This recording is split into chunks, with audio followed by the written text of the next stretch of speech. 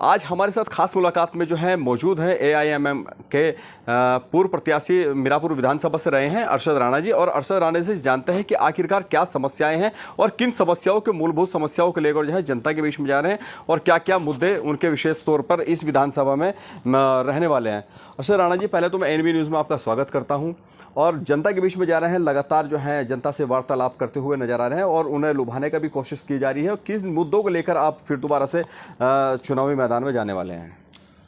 सबसे पहले आपके दर्शकों का और एनबी न्यूज़ का बहुत शुक्रगुजार हूं कि आप यहां पर आए और मुझे इस काबिल समझा। देखिए, हमारा कोई मुद्दा नहीं है। हमारे मुद्दे वो है जिन मुद्दों पर हमने वोट लिया जी। लेकिन हम वोट जब लेते हैं तो उस वक्त बड़े बड़े दावे करते हैं जी।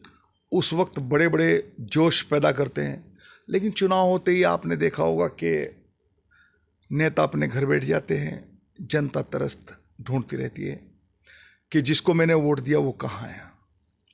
मुद्दा सबसे बड़ा ये है कि जिसने अपना दिल निकाल कर आपको दे दिया जी।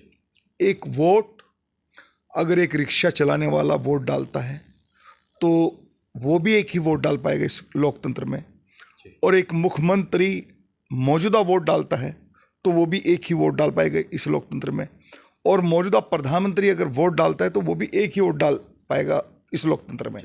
लोकतंत्र ने संविधान में ये आज़ादी दी है कि आप एक ही वोट का प्रयोग कर सकते हैं।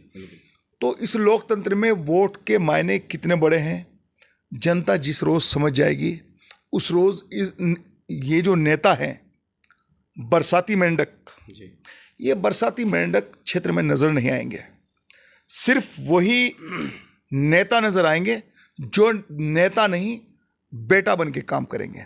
जैसे मीरापुर विधानसभा में आपने देखा होगा, मैं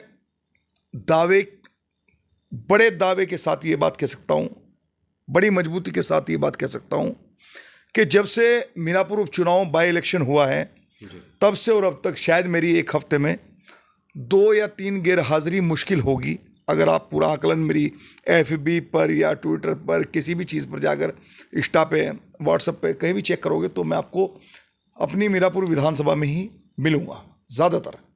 लेकिन कुछ लोग ऐसे कि जीत